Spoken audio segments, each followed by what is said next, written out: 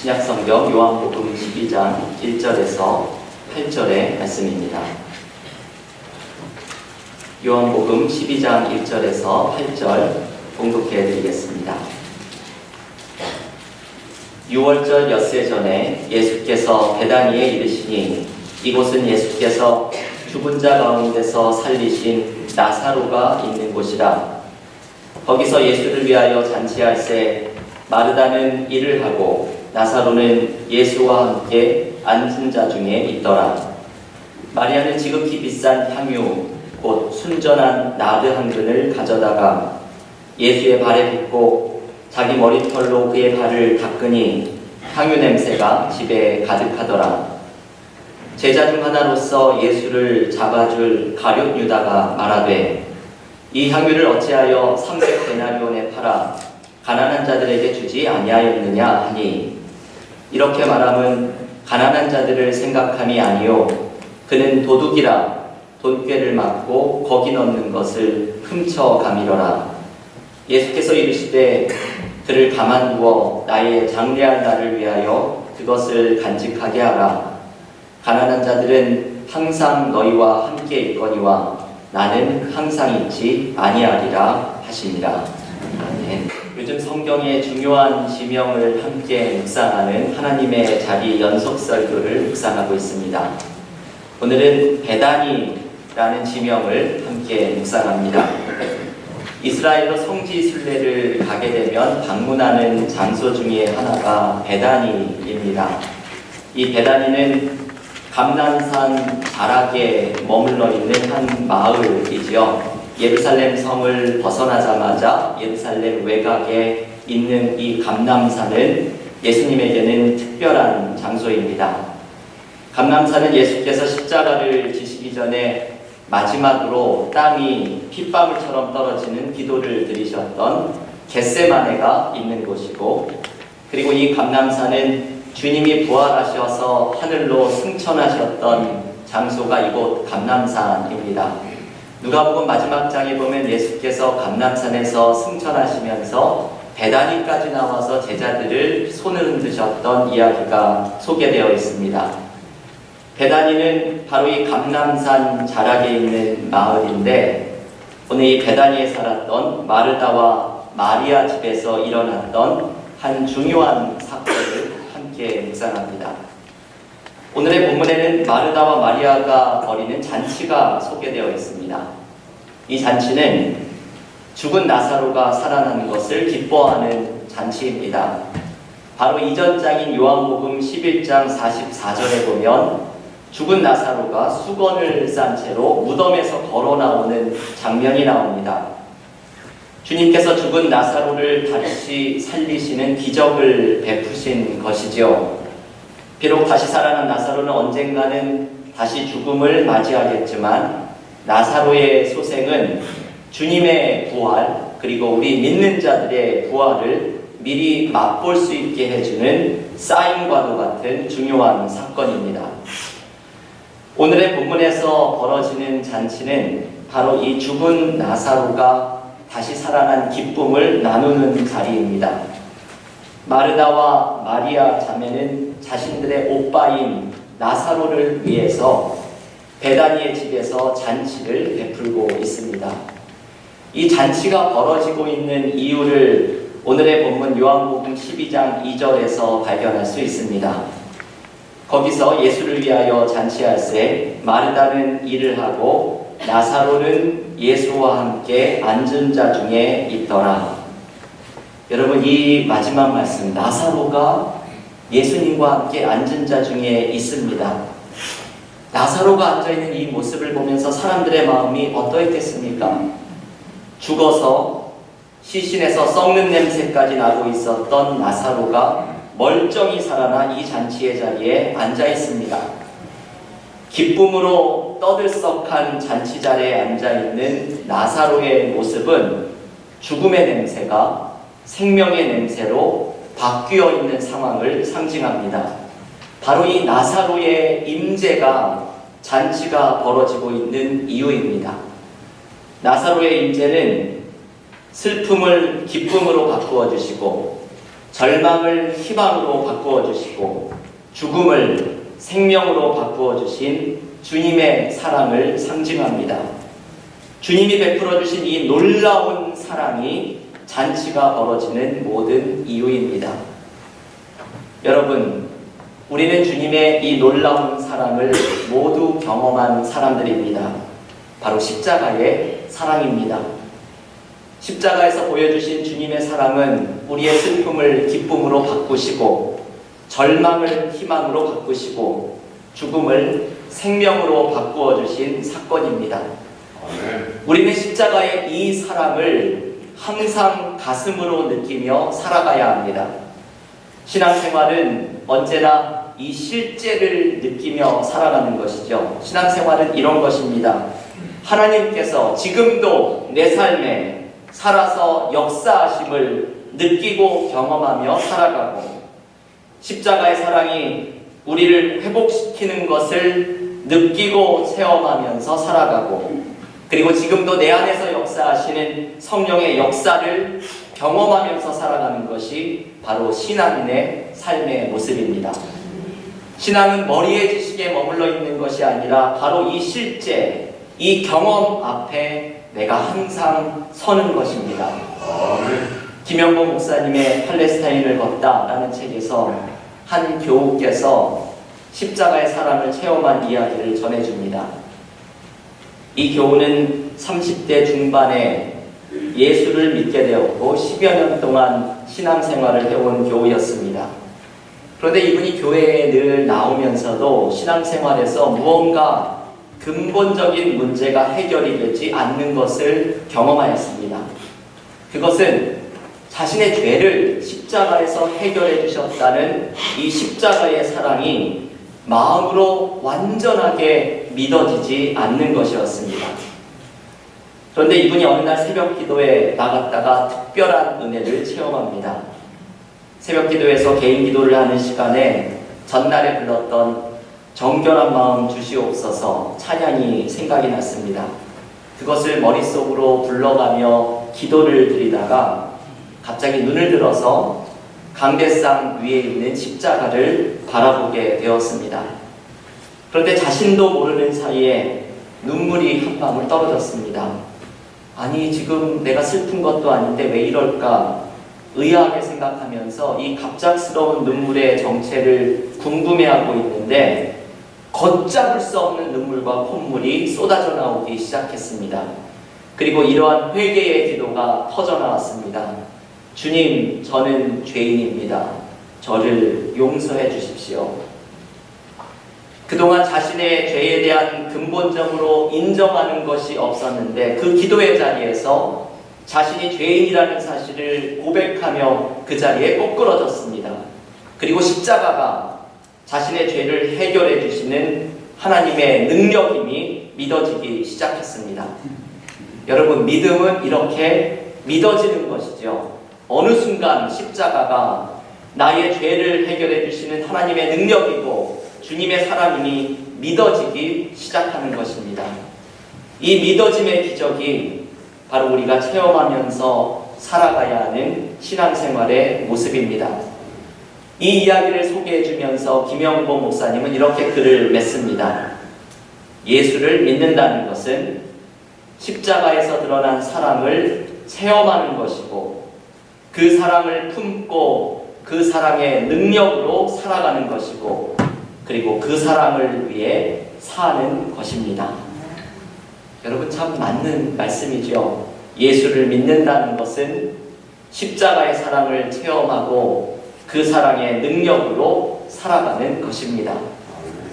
교우 여러분, 우리도 이 사랑을 받은 사람들입니다. 죽음을 생명으로, 절망을 소망으로, 슬픔을 기쁨으로 바꾸어 주신 십자가의 사랑을 우리는 체험한 사람들입니다. 아멘. 자신을 내어주셔서 나를 살려주신 엄청난 사랑이 십자가에서 뿜어져 나왔음을 경험한 사람들입니다. 아멘. 아직 이 사랑을 체험하지 못한 교우들이 있다면 오늘 이 자리에서 십자가 앞으로 나아가야 합니다. 교우 여러분, 십자가의 사랑 앞에 나의 마음의 문을 열어보십시오. 십자가의 사랑으로 나의 죄가 용서함을 받고 내 안에 주님이 일으키시는 새로운 삶이 시작되었음을 받아들이십시오. 이것을 가슴으로 느끼십시오.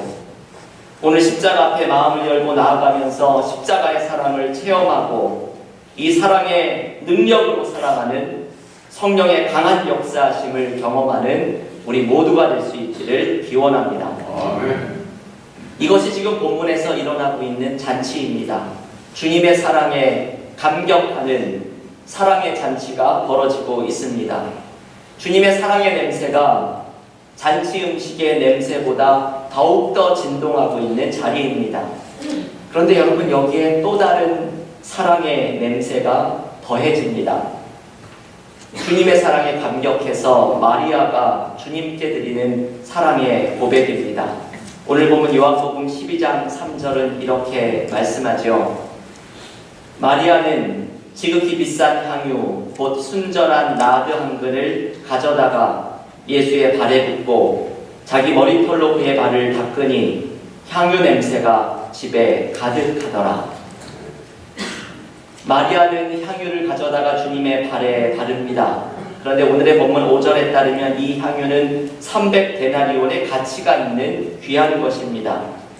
당시 노동자들의 하루 품삯이 한 데나리온이니 300데나리온이면 1년 동안 벌어야 모을 수가 있는 돈입니다. 요즘 1년의 샐러리를 사람마다 차이가 있겠지만 한 5만 불 정도라고 이야기를 한다면 지금 마리아는 5만 불짜리 향유를 주님의 발 앞에 깨뜨리고 있는 것입니다. 마리아가 깨뜨린 향유는 최고의 헌신을 상징하는 것입니다. 그리고 이 향유를 주님의 발에 붓고 머리털로 그의 발을 닦고 있습니다. 머리털로 닦는다는 것은 사랑의 표현이지요. 여러분, 여성분들에게 가장 소중한 부분 중에 하나가 머리털일 것입니다. 이 머리털로 주님의 발을 닦는다는 것은 최고의 사랑을 상징하는 것입니다. 지금 마리아는 주님께 최고의 헌신과 최고의 사랑을 드리고 있습니다. 우리가 읽었던 3절 말씀의 마지막 말씀, 향유 냄새가 집에 가득하더라, 이 말씀은 결국 향유 냄새만이 아니라 주님께 드린 사랑의 냄새가 온 집안에 진동하고 있는 것입니다. 지금 베다니에는 사랑의 냄새가 가득합니다. 잔치를 벌이도록 만든 주님의 사랑의 냄새가 진동하고 이 주님의 사랑 앞에 최고의 헌신과 사랑을 올려드리는 마리아의 사랑이 진동하고 있습니다. 베다니는 사랑의 냄새가 가득한 곳입니다. 마리아의 이 모습은 우리가 주님께 드리는 사랑을 돌아보게 합니다. 우리가 주님을 사랑하는 것은, 내가 주님을 사랑한다고 고백할 수 있는 것은 바로 주님께서 우리에게 베풀어 주신 사랑이 크기 때문입니다. 아멘. 유기성 목사님의 주 안에서 사람은 바뀐다라는 책에 보면 한 선교사의 이야기가 소개됩니다. 19세기에 중계 선교사로 갔던 앤 워터폴이라는 사람은 의과대학을 졸업하고 젊은 나이에 여성의 몸으로 혼자 의로 선교사로 중국으로 떠났습니다. 그 당시 19세기에 중국으로 들어간다는 것은 소식이 단절되는 것이고 가족과 다시 만날 수 없다는 것을 의미합니다. 그 어머니가 딸을 중국으로 보내놓고 소식이 너무나 궁금합니다. 살아있는 것인지 잘 지내고 있는 것인지 너무나 궁금합니다. 그래서 마침 중국으로 가는 사람에게 딸을 좀 찾아보아서 딸이 잘 지내고 있다면 딸에게 한마디만 정보를 해달라고 부탁을 합니다. 그 부탁한 한마디는 이것이죠. 안전하다, safe, 이 단어 하나만 정보를 보내달라고 부탁합니다. 얼마의 시간이 지난 후에 딸 앤에게서 전보가 왔습니다. 그런데 딸이 보낸 전보는 안전하다가 아니었습니다. 대신 즐겁다, delighted, 이 단어 하나를 전보로 보냅니다.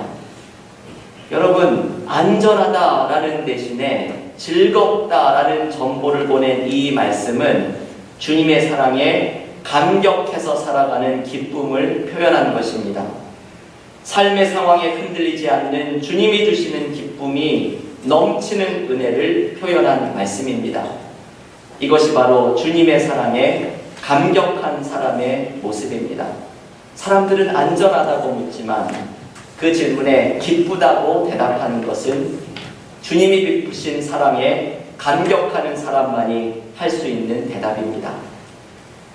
교우 여러분, 우리는 주님의 사랑에 감격하면서 어떤 옥합을 깨뜨려 주님께 사랑을 고백할 것입니까?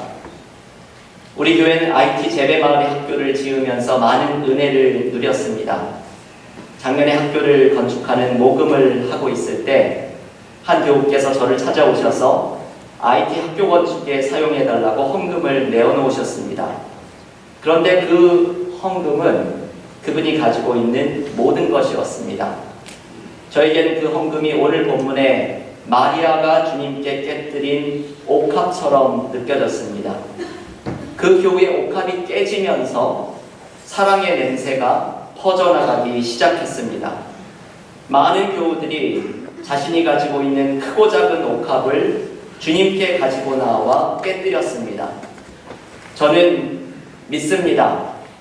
주님의 사랑에 응답하며 우리가 깨뜨린 옥합에서 퍼져나간 이 사랑의 냄새가 IT의 재배마을까지 전해질 것입니다. 그리고 그 사랑의 냄새 속에 있는 십자가의 사랑으로 재배마을이 온통 뒤덮이게 될 것입니다. 교우 여러분, 주님의 사랑에 감격해서 주님께 옥합을 깨뜨리십시오. 주님께 우리의 사랑을 고백하며 나아가십시오.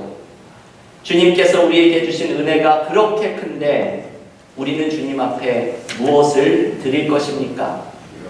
우리가 주님께 사랑을 드릴 때 주님께 드린 사랑의 냄새가 우리의 주변을 회복시키는 은혜로 돌아오게 될 줄을 믿습니다. 마지막으로 이 사랑의 잔치에 참여하지 못하고 있는 한 사람을 묵상해야 합니다. 바로 가룟 유다이지요. 오늘 본문에 보면 가룟 유다는 본문 5절에서 이렇게 말을 합니다. 이 향유를 어찌하여 300데나리온에 팔아 가난한 자들에게 주지 아니하였느냐 하니.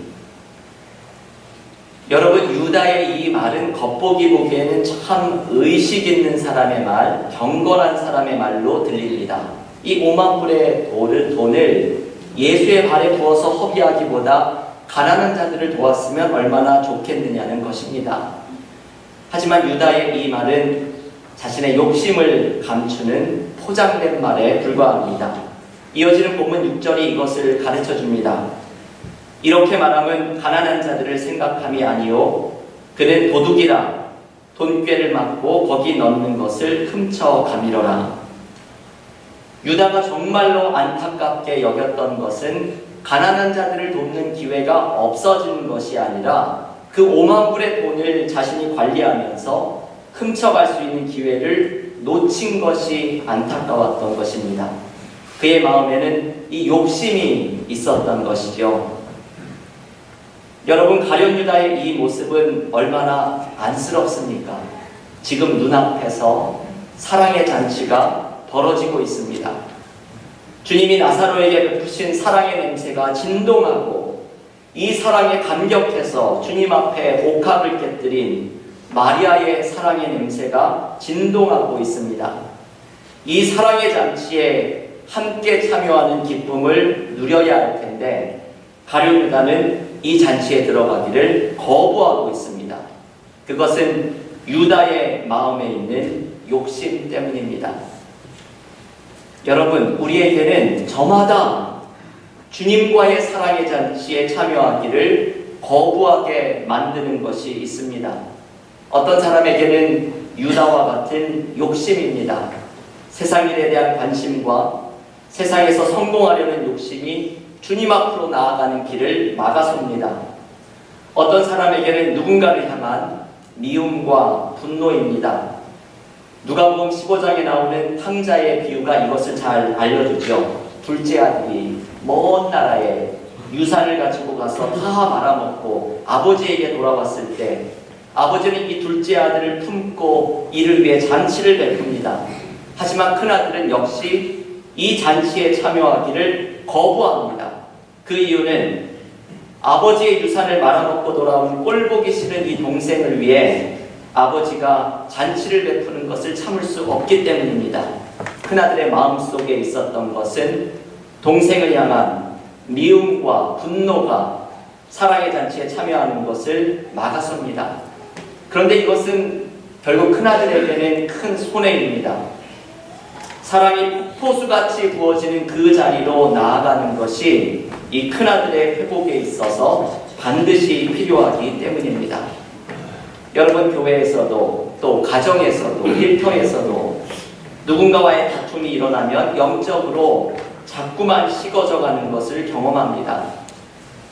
이것은 누군가를 향한 미움과 분노가 사랑의 냄새가 가득한 것으로 나아가는 것을 막아서도록 만들기 때문입니다.